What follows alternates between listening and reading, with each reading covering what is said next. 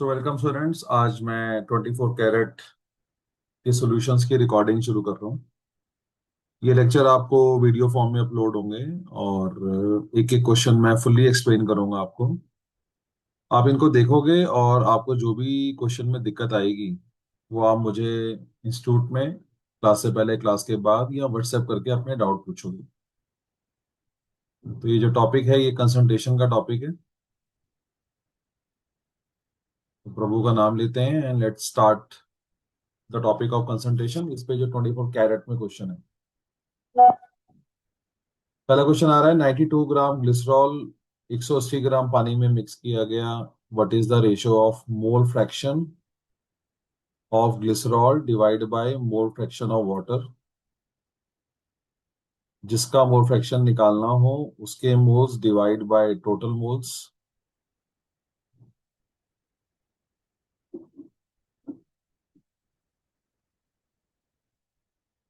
Total moles दोनों में same है तो ये कट जाएगा। तो ये moles of glycerol divide by moles of water आ जाएगा। मोल निकालने का तरीका होता है given mass divide by molar mass. आपको ग्लिसरॉल का फॉर्मूला दिया हुआ है। एटॉमिक मासेस को ऐड करोगे तो 92 आएगा। पानी का गिवन मास आपको 180 दिया हुआ है, इसका मोलर मास 18 होता है। सो ये आंसर आ जाएगा 1/10, जो किसी भी ऑप्शन से मैच नहीं करेगा।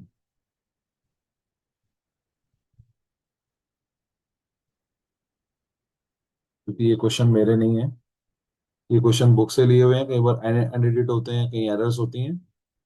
अब हम इसको ठीक कर रहे हैं, नेक्स्ट टाइम जब बच्चों को देंगे तो ये एरर नहीं होगी। सो इसमें कोई भी ऑप्शन फिलहाल मैच नहीं करेगा। मेरे वैसे मानना ये था ये 18 ग्राम पानी होना था, उन्होंने 180 दे दिया, but doesn't matter. So answer आ गया 1:10।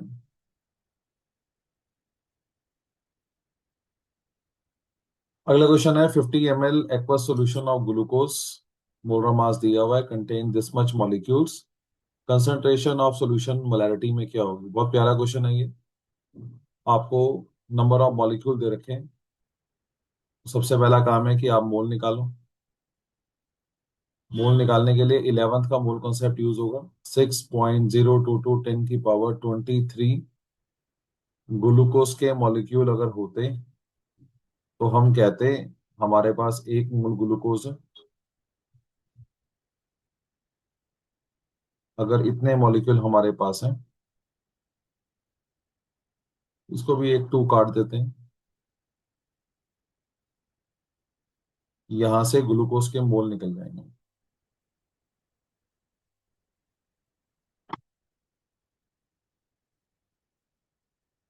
अब हमें मोलैरिटी निकालनी है। मोलैरिटी निकालने का फॉर्मूला होता है मोल्स ऑफ सॉल्यूट, जो कि ग्लूकोज है, divide by volume of solution in litre. Mole आपने निकालनी है विच इज 1/10, और वॉल्यूम आपको दिया हुआ है 50 ml चेंज इन लीटर।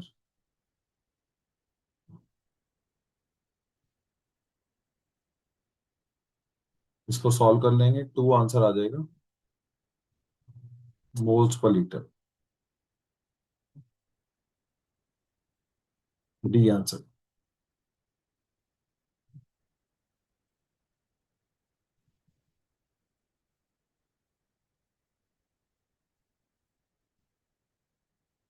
अगला आ रहा है रिचा dissolve 5 gram of solute in 500 ml of water to get 0.25 molar solution, identify the solute. तो आपको मोलैरिटी दे रखी है, वॉल्यूम दे रखा है, गिवन मास दे रखा है। वो कह रहा है इनमें से किस सॉल्यूट के बारे में बात हो रही है, इसका पता लगेगा मोलर मास निकाल के। सो मोलैरिटी का फॉर्मूला है number of moles of solute, volume of solution in litre, given mass divide by molar mass, volume of solution in litre. हमें मोलर मास निकालना है सॉल्यूट का, उसी से हम पता लगा पाएंगे कि सॉल्यूट कौन है। तो ये आ जाएगा given mass of solute, molarity and volume of solution in litre. So solute का मास है 5 ग्राम, ये रहा, और मोलैरिटी है 0.25। वॉल्यूम दिया हुआ है ml में, आपको चाहिए लीटर में, 1000 से डिवाइड करेंगे। सॉल्व करेंगे और यहाँ से आंसर आएगा। ये आंसर आएगा 40। अब आपको क्या करना होगा, सारे एटॉमिक मासेस को ऐड करना होगा और आपको देखना होगा इसका मोलर मास 40 आ रहा है, तो NaOH का मोलर मास 40 होता है।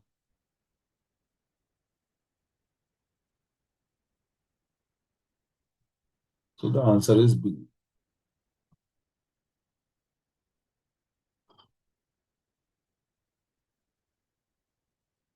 4 litre 0.02 molar NaCl was diluted by adding water. The molarity of resultant solution is, तो आपको पता है ये डाइल्यूशन का क्वेश्चन है।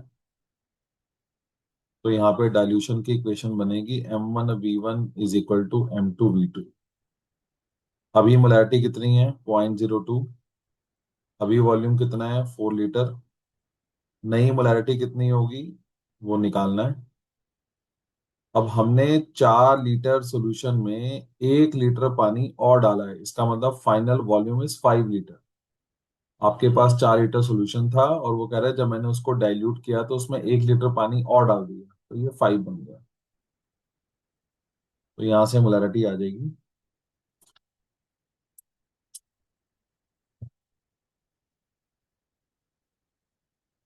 0.016 मोलर। क्योंकि ये रिकॉर्डेड लेक्चर है तो ऐसा हो सकता है कि मैं कोई कैलकुलेशन में एरर कर जाऊं और आंसर गलत मार्क कर दूं, तो भी आप मुझसे क्रॉस चेक कर लोगे, बिकॉज बच्चे साथ बैठे हो तो गलती साथ साथ बता देते हैं। तो इसमें गलती होने का चांस है, तो आप कैलकुलेशन करते रहो। कुछ और होगा तो मुझे आप व्हाट्सअप कर सकते हो ताकि अगले बार के लिए इसको ठीक किया जा सके।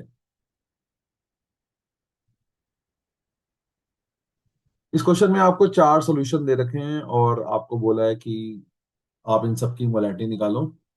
पहली बात तो ये चॉइस हमें ठीक करनी पड़ेगी, ये 3 नहीं है, यहाँ पे ये 4 लेना चाहिए।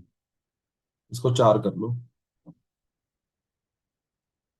हमें मोलैरिटी निकालनी है और मोलैरिटी निकालने का फॉर्मूला है given mass of solute, molar mass of solute, volume of solution in litre.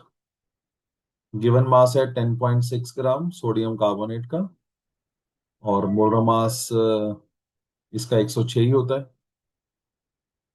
Volume of solution आपको दे रखा है 100 ml चेंज इन लीटर। इसको सॉल्व करेंगे, यहां से इसका आंसर आ जाएगा 1। सो ए जो है वो क्यू से मैच होता है।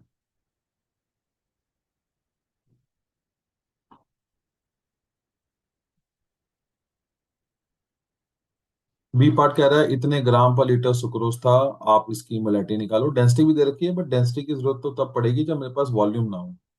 जब तक वो मुझे वॉल्यूम देगा डेंसिटी का कोई रोल नहीं आएगा। तो वो आपको डमी दे रखी है, आपको कुछ करना नहीं है उसका। 34.2 ग्राम सुक्रोज प्रेजेंट है इन 1 litre of solution. So given mass of solute is 34.2। Sucrose का मोलर मास, सुक्रोज का फॉर्मूला होता है C12H22O11, बड़ा फेमस सॉल्यूट है। 342 ग्राम पर मोल होता है, हो सके तो इसे याद रखो। और वॉल्यूम ऑफ सॉल्यूशन है आपके पास 1 लीटर। तो आप मोलैरिटी निकाल सकते हो, given mass divide by molar mass, volume in litre, तो ये आपका आंसर आ जाएगा 0.1, जो कि पी से मैच कर जाएगा।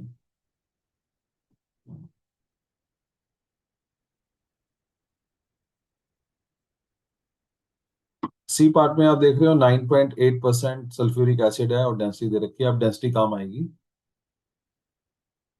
9.8%, ये बाय मास ही होगा, जब कुछ नहीं लिखा होता तो बाय मास लेके चल लेते हैं। 9.8% सल्फ्यूरिक एसिड बाय मास का मतलब है 9.8 gram of sulphuric acid present in 100 gram of solution. और क्योंकि इसमें वॉल्यूम नहीं दे रखा तो डेंसिटी ऑफ सॉल्यूशन से हमें वॉल्यूम ऑफ सॉल्यूशन भी निकालना पड़ेगा। डेंसिटी ऑफ सॉल्यूशन 1.25 है, ध्यान रखो वो ग्राम पर ml में है। यहाँ से सॉल्यूशन का वॉल्यूम ml में आएगा, 1000 से डिवाइड करके उसको लीटर में कन्वर्ट करेंगे। और फिर हम मोलैरिटी का फॉर्मूला लगा सकते हैं, given mass divide by molar mass. Sulphuric acid का मोलर मास 98 होता है and volume of solution is, तो सॉल्व करके आंसर आ जाएगा 1.25 मोलर। तो ये आर से मैच हो जाएगा।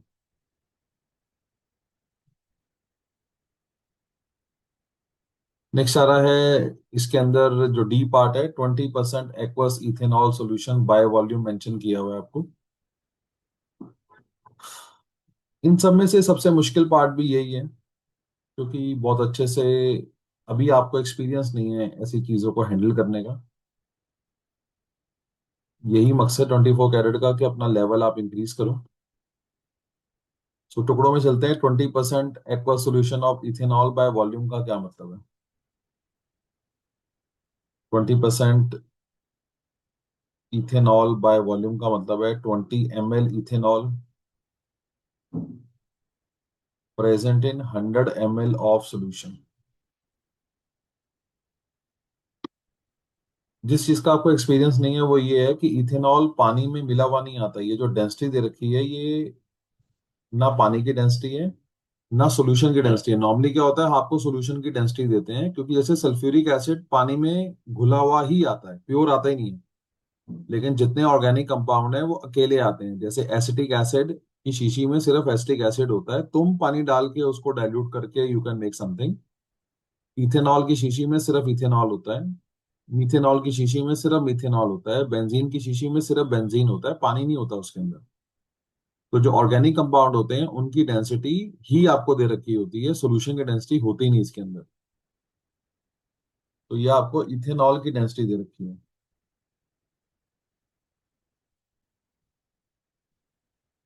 तो ये हो जाएगा mass of ethanol bye volume of ethanol. तो इथेनॉल की डेंसिटी आपको गिवन है 0.938। मास ऑफ इथेनॉल मैं निकालना चाहता हूं ताकि मैं आगे जाके मोलैरिटी निकाल सकूं। और वॉल्यूम ऑफ इथेनॉल आपके पास है विच इज 20 ml। यहां से मास ऑफ इथेनॉल आ जाएगा 18.16 ग्राम।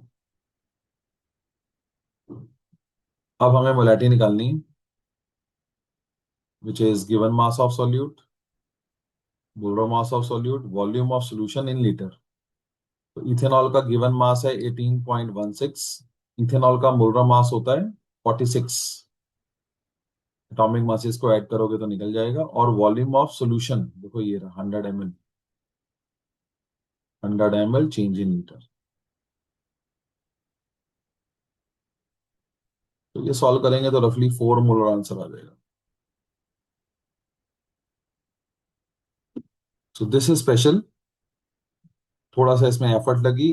और ऐसे क्वेश्चनों में ज्यादा एग्रेसिव रहा करो। सोचा करो कि इस पूरी एक्सरसाइज का मोटिव ही यही है कि आपका ब्रेन चले और आप अलग अलग सिचुएशन से बाहर निकल के आके क्वेश्चन सॉल्व करो। ये तैयारी जीत की है। ये ऐसी फाउंडेशन है कि आपको जेई में बहुत हेल्प करेगी। आपका ब्रेन ट्रिगर होगा। लेकिन आप देख रहे हो नोट्स सफाई से बनाने होते हैं, वहीं देखो लड़ाई चल रही है। कलर्ड पेन देख रहे हो कितने यूज हो रहे हैं यहाँ पे। ऐसे ही घर में काम करने की कोशिश करो।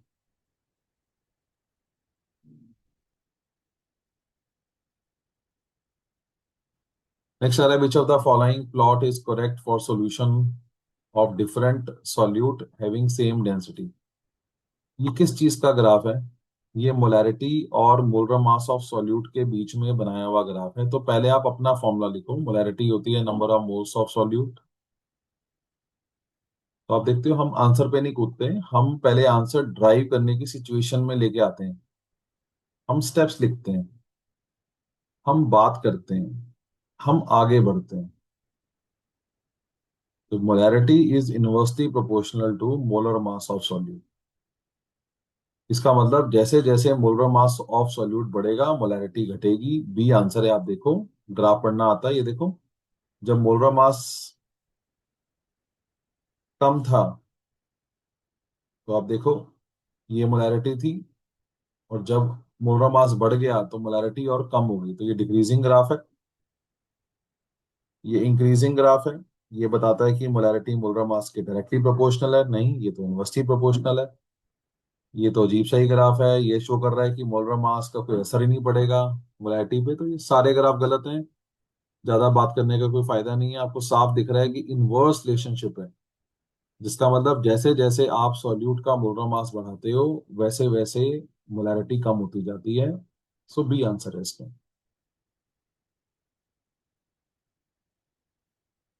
मैच करना है। मोलैरिटी की डायमेंशन क्या होती है? Moles per litre.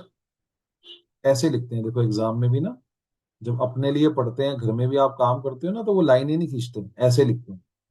मोलैलिटी की यूनिट होती है मोल्स पर केजी। नॉर्मेलिटी की यूनिट होती है ग्राम इक्विवेलेंट पर लीटर। आपको नहीं आती है, जानबूझ के दिए हमने। मोल फ्रैक्शन की यूनिट होती नहीं है। सो नॉर्मेलिटी पे फिर कभी बात करेंगे, लेकिन अभी के लिए नॉर्मेलिटी क्या है? नॉर्मेलिटी को मोलैलिटी के साथ जोड़ के देखो। अच्छा, मोलैलिटी क्या होती है? Number of moles of solute, volume of solution in litre. ये होता है number of gram equivalent of solute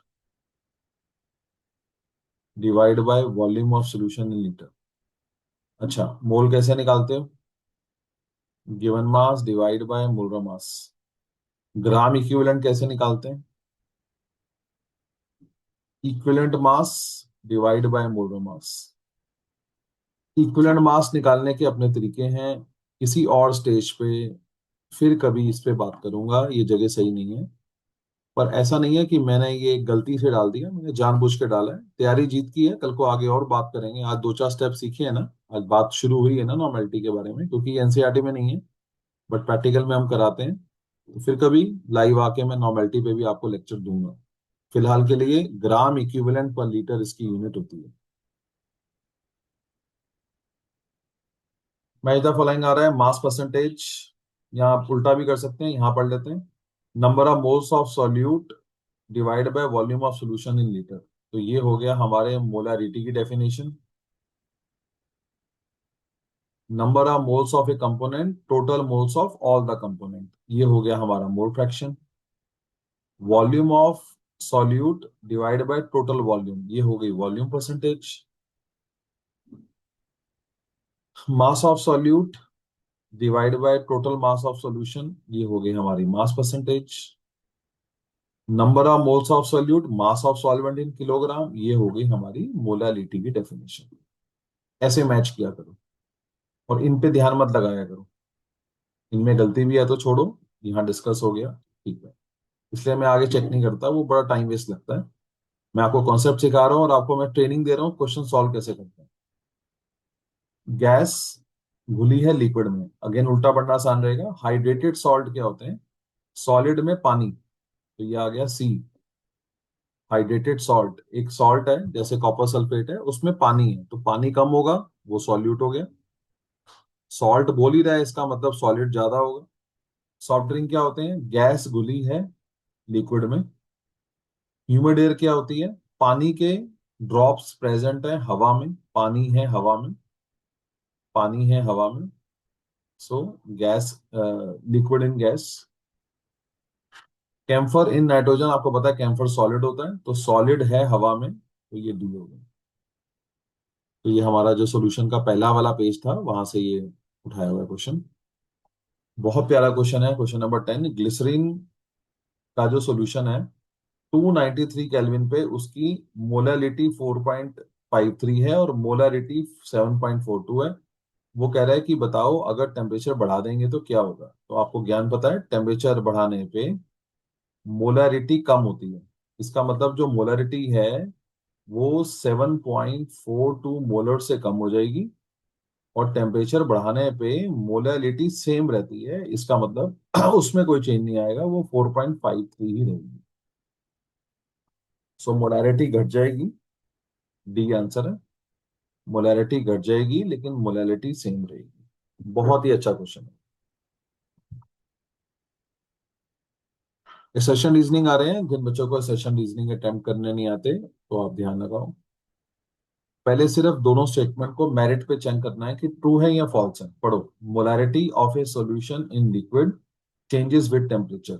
ये बात सच है, आपको पता है मोलैरिटी जो है वो मोल्स बाय वॉल्यूम होती है, और अगर आप टेम्परेचर बढ़ाते हो तो वॉल्यूम बढ़ जाता है, जिससे मोलैरिटी कम हो जाती है। Volume of solution changes with change in temperature, ये बिल्कुल सच है। जब आप टेम्परेचर बढ़ाते हो तो वॉल्यूम बढ़ता है, ये बिल्कुल सच है। तो ये दोनों स्टेटमेंट अपने आप में सही है। अब सवाल ये है, क्या मोलैरिटी इसलिए टेम्परेचर के साथ चेंज करती है क्योंकि टेम्परेचर बढ़ाने पे वॉल्यूम चेंज करता है? बिल्कुल सही है जी। मोलैरिटी तो इसलिए ही चेंज की थी क्योंकि टेम्परेचर बढ़ाने पे वॉल्यूम बढ़ा, और वॉल्यूम बढ़ेगा तो मोलैरिटी कम हो जाएगी। इसका मतलब असर्शन सही है, रीजन सही है, एक्सप्लेनेशन सही है, A answer. One molar solution is more concentrated than one molar solution. याद होगा आपको, मैंने ये आपको लास्ट क्वेश्चन करवाया था, एक रट्टा सा लगवाया था, समझाया नहीं था। मैंने कहा था कैपिटल एम बड़ा होता है, स्मॉल एम छोटा होता है। सो वन मोलर में ज्यादा सॉल्यूट होता है as compare to one molar. तो ये स्टेटमेंट सही है। कह रहा है वन मोलर सॉल्यूशन में लेस सॉल्वेंट होता है देन वन मोलर सॉल्यूशन। जो आपका वन मोलर सॉल्यूशन है, वो कह रहा है उसमें सॉल्वेंट कम होता है as compare to one molar solution. ये बात सच है। ये बात कैसे सच है और इस पे टाइम लगाता हूँ। देखो, वन मोलर सॉल्यूशन का मतलब है वन मोल सॉल्यूट का है इन 1 लीटर ऑफ सॉल्यूशन।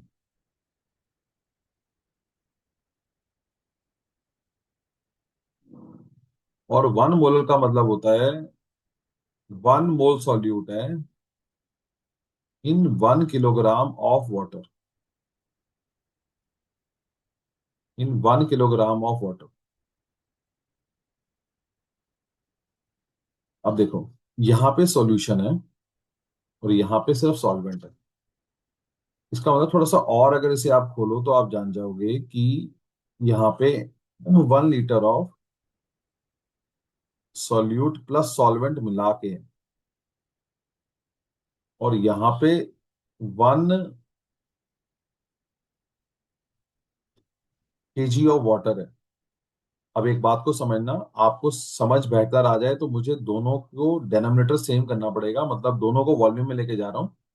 आपको पता है पानी की डेंसिटी होती है 1 ग्राम पर ml या 1 किलोग्राम पर लीटर। इसका मतलब 1 किलोग्राम पानी का वॉल्यूम होता है 1 लीटर।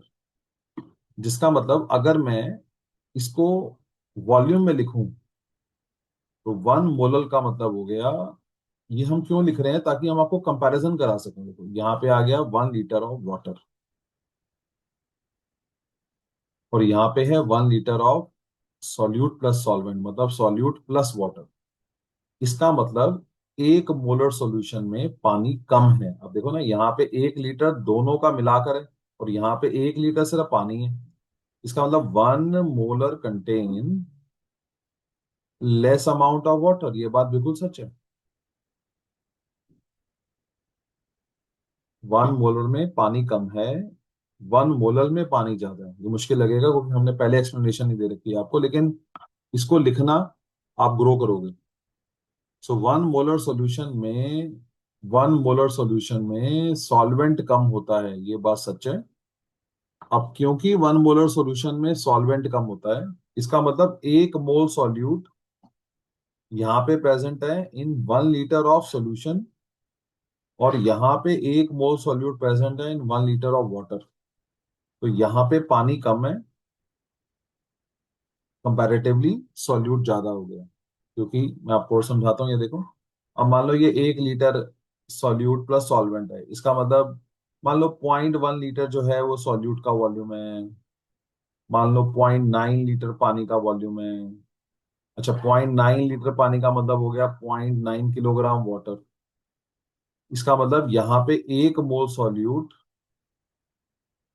0.9 किलोग्राम वाटर में, और यहाँ पे 1 मोल सॉल्यूट 1 किलोग्राम वाटर में। इसका मतलब टेक्निकली यहाँ पे सॉल्यूट ज्यादा हो गया, बिकॉज जब 1 को 0.9 से आप डिवाइड करोगे तो ये 1.1 आ गया। सो टेक्निकली थोड़ा सा सॉल्यूट ज्यादा होता है इन 1 मोलर भारी है आपके लिए, उतने अच्छे से समझ में नहीं आता क्योंकि हमने क्लास में इसकी रीजनिंग दी थी। यहाँ रीजनिंग एक्चुअली आ गई है। थोड़ा घिसाई करना, थोड़ी बात करना, सेशन सही है, रीजन सही है, एक्सप्लेनेशन बिल्कुल सही है, ए आंसर। क्योंकि 1 मोलर सॉल्यूशन में सॉल्वेंट कम होता है, ऑटोमेटिकली सॉल्यूट की कंसंट्रेशन बढ़ जाएगी क्योंकि सॉल्वेंट कम है, इसीलिए वो ज्यादा कंसंट्रेटेड है।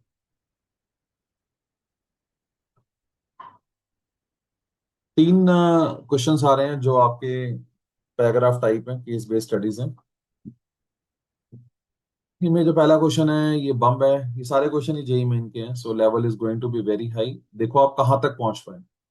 वो कह रहा है मोल fraction of A solute in solution is 0.1। तो मैं सिंबल ले लेता हूँ।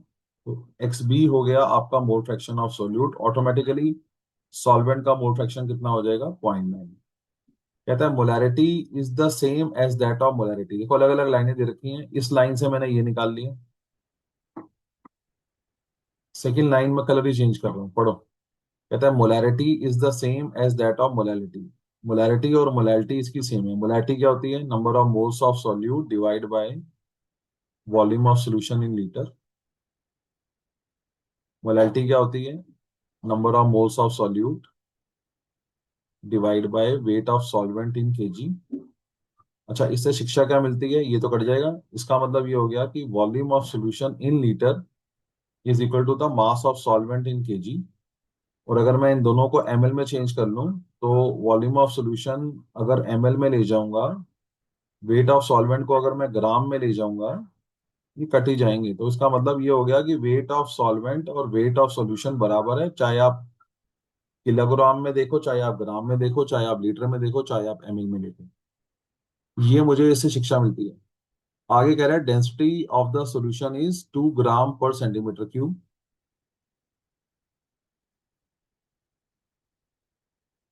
आपको डेंसिटी ऑफ सॉल्यूशन दे रखी है। अब मैं इसको यूज करता हूँ। Let me change the colour, yellow.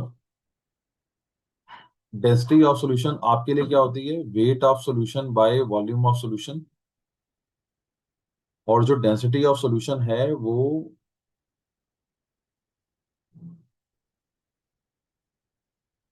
जो डेंसिटी ऑफ सॉल्यूशन है वो 2 ग्राम पर सेंटीमीटर क्यूब है।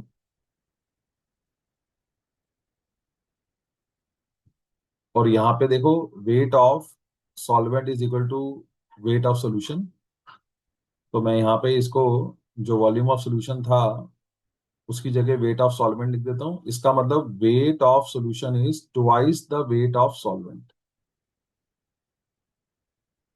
सो फिलहाल के लिए कुछ भी नहीं हुआ। फिलहाल के लिए मैंने इन दोनों टर्म्स को देख लिया है और इन तीनों से जो मैं सोच सकता था वो मैंने लिख लिया है। अभी क्वेश्चन क्रैक कैसे होगा? मुझे निकालना है ratio of molar mass of solute and solvent. देखो जो मोलर मास है वो तो मोल फ्रैक्शन के टॉपिक में से निकलेगा। तो मैं वापस लौटता हूँ अपनी इस इंफॉर्मेशन पे। तो what is the mole fraction of solute? जिसका मोल फ्रैक्शन निकालना हो उसके moles divide by total moles. जिसका मोल फ्रैक्शन निकालना हो उसके moles divide by total moles. दोनों को डिवाइड कर दिया मैंने। कॉमन लेके ये कट जाएगा।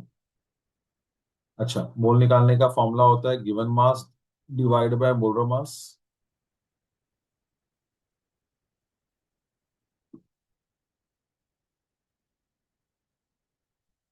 निकालना क्या था? मुझे मोलर मास की रेशियो निकालनी है। एक बार चेक कर लेते हैं रेशियो किसकी निकालनी है। Molar mass of solute divide bye solvent. तो ऊपर मुझे सॉल्यूट का मास रखना है, ऊपर मुझे सॉल्यूट का मास रखना है और नीचे मुझे सॉल्वेंट का मास रखना है। ये हमें निकालना है।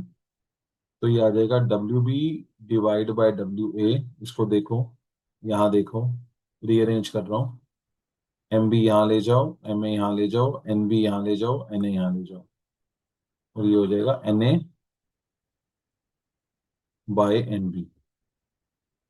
अच्छा, वेट ऑफ सॉल्यूट कैसे निकाल सकते हैं? Wait of solution minus weight of solvent.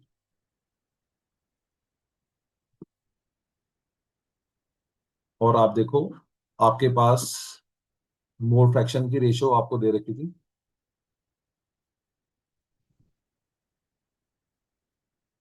ये आपको मोल फ्रैक्शन की रेशियो दे रखी थी विच इज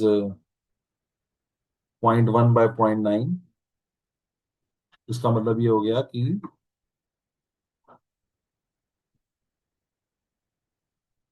जो मोल फ्रैक्शन की रेशियो है वही इनके मोल्स की रेशियो मैं यहाँ लिख देता हूँ, आप कंफ्यूज ना हो जाओ।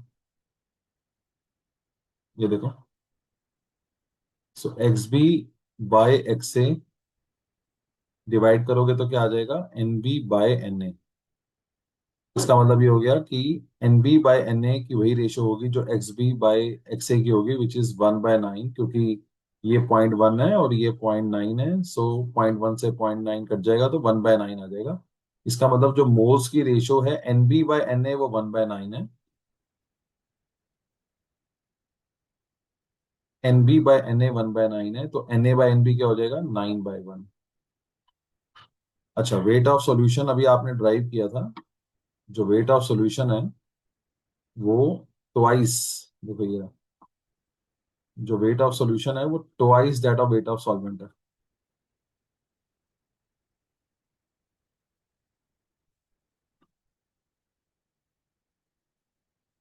तो ये आ जाएगा आपका WA/WA। तो ये आपका आंसर आ जाएगा 9:1। कोई मन में भ्रम मत लेना कि बोर्ड में ऐसे क्वेश्चन आ रहे हैं। आपको पता है ये हम क्या कर रहे हैं, ये तैयारी जीत की है। आपको कोई ऐसे 1000 क्वेश्चन प्रैक्टिस नहीं करा रहे, जेई में तो आपको ऐसे कई सारे क्वेश्चन निकालने हैं अगर आपको पक्का होना है। सीबीएसई बोर्ड में जो मैं आपसे कहता हूँ बल्ला भारी, तो ये बल्ला भारी अप्रोच है। कि अगर आपने ये कर लिया या इसे सॉल्व करने के लिए बड़े किस दिन समझ में आ गया तो ब्रेन डेवलप हो जाएगा। तो 9:1 इसका आंसर है क्योंकि ये इंटीजर टाइप है। अगला क्वेश्चन आ रहा है, डेंसिटी ऑफ 3 मोलर NaCl, आपको मोलैरिटी दे रखी है।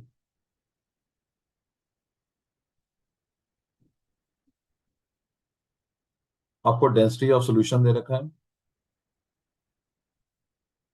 आपको मोलैलिटी निकालनी है। आपको सॉल्यूट का मोलर मास, सॉल्यूट आपका NaCl है, उसका मोलर मास एक प्रकार से दे रखा है 58.5 एटॉमिक मास, इसको ऐड कर ही लो। देखो ये सेम क्वेश्चन ना एनसीईआरटी 11th में भी है। इसे करने के दो तरीके हैं। एक तरीका तो ये है कि आप प्रॉपर इसे सॉल्व करो, जो मैं नहीं कर रहा। जेई में इसका तरीका होता है, एक फॉर्मूला है। और इस साल भी एक शिफ्ट में इस पे न्यूमेरिकल आए हैं। तो क्योंकि ये एक ओवर एंड अबव पैकेज है, तो मैं यहाँ लिबर्टी ले रहा हूँ और मैं ये सिखाना चाहता हूँ। देखो मैंने कोई भी क्वेश्चन यहाँ थोथा पोथा नहीं डाला। I want you to do it, I am doing, that's why ये क्वेश्चन पैकेज में है। सो ये एक रिलेशनशिप है, जेई के लिए बहुत यूजफुल है, बोर्ड में नहीं लगानी, not for board exam. CBSE exam में ऐसी कोई रिलेशनशिप अलाउड नहीं होती। रिलेशनशिप है मोलैलिटी, छोटा एम सिंबल होता है मोलैलिटी का, इस 1000 molarity, 1000 density minus molarity into molar mass of solute. तो ये रिलेशनशिप है, ये आपको याद करना है, हाईली यूजफुल है, जेई नीट की आन बान शान है। Let's do this question via this only. So molality कितनी है आपकी, आपको निकालनी है। मोलैरिटी कितनी है, 3, तो ये आ गया 1000 × 3। डेंसिटी कितनी है, 1। मोलैरिटी कितनी है, 3। और मोलर मास कितना है सॉल्यूट का, इट इज 58.5। सॉल्व करेंगे, यहां से आंसर आ जाएगा 3.64 मोलर।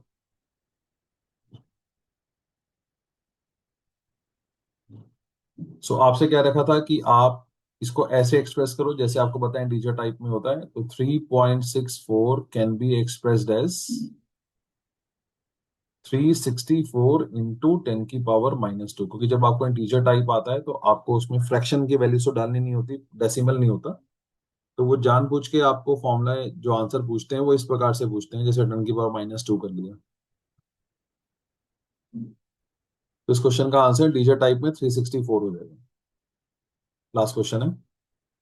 इन तीनों में सबसे आसान था ये। ए solution is prepared by adding 1 mole of ethanol and 9 mole of water.